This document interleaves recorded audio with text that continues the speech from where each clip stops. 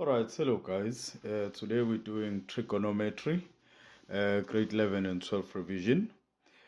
Yeah, so we need to have a look at trig ratios, which are dealt with in grade uh, 10. So we have sine theta, which is one of our trig ratio.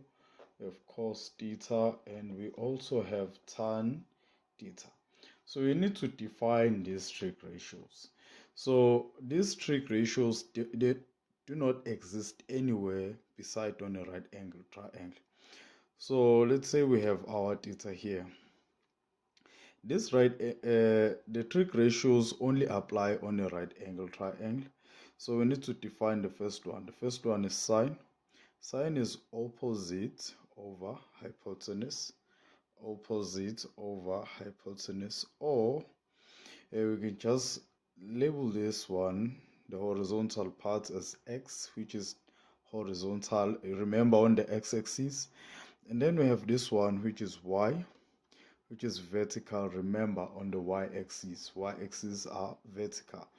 And on this side we have r, which represent the hypotenuse, the longest side of a triangle.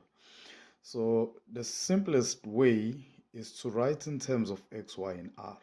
Makes things very simple.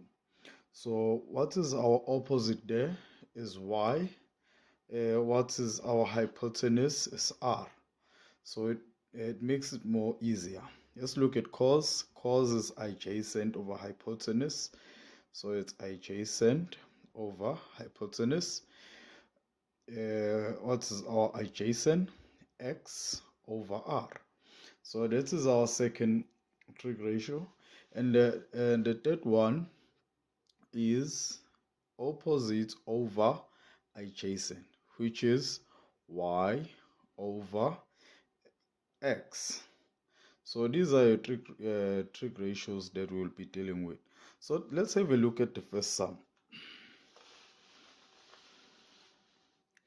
Right, we've been given that if 13 sine cos theta is equal to 12, with that restriction there indicating the position of our question, calculate the following tan theta. Before you even engage with the question, you need to unpack this one. So let's try and unpack it here. Simplify this one so you know which cos you're dealing with. So it's 13 cos theta is equal to 12. So you need to divide by 13 on both sides. 13 looks a bit weird. So if cos theta is equal to 12 over 13. What does this tell us? It tells us that cos is positive. Why? Because the trig ratio is positive. So we know that we need to make use of a diagram to know where does this belongs. Let's have a look at that. Where does this belongs to? Okay, so cos is positive. Cos is positive where? All student, remember, all student take coffee.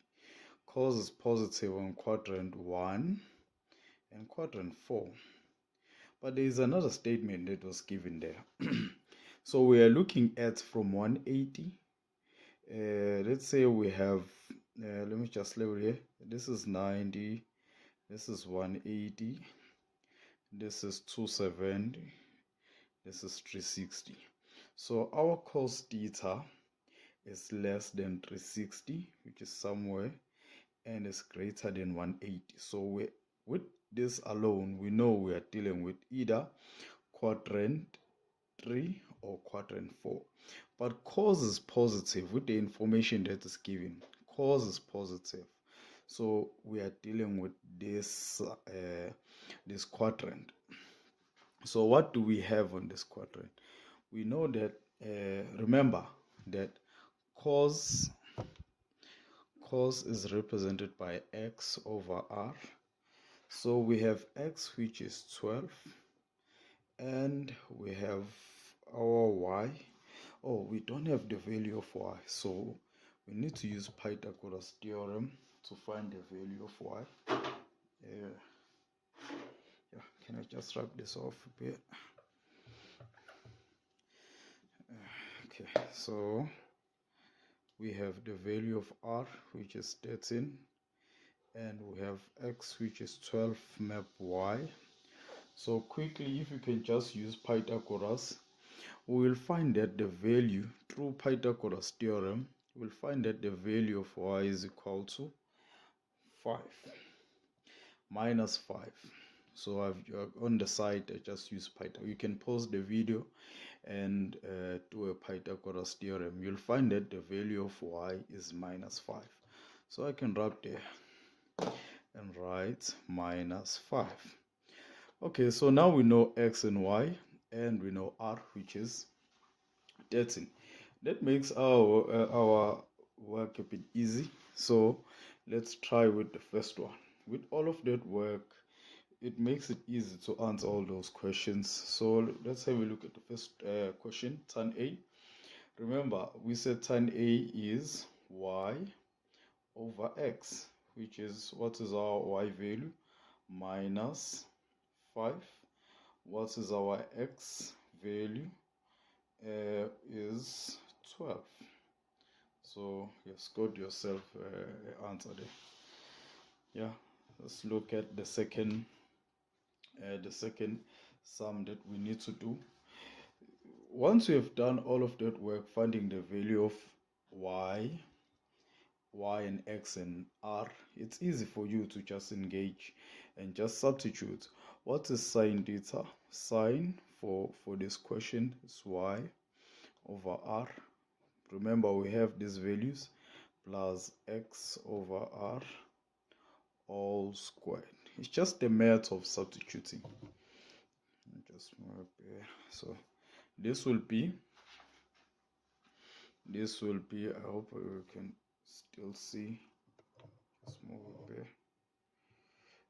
This will be y. Remember, we know the value of y, minus 5 all over r, which is 13, plus the value of x is 12 all over 13. So you can add, because these two, they are identical, so you can just add you can just let the denominator remain, and you can add these two. So what will be our solution here? 12 minus, which is 7. So this is our solution. Before, this is all squared. So because I don't have a calculator with me now, but this should be 49 all over 169. Yeah, that's your final answer.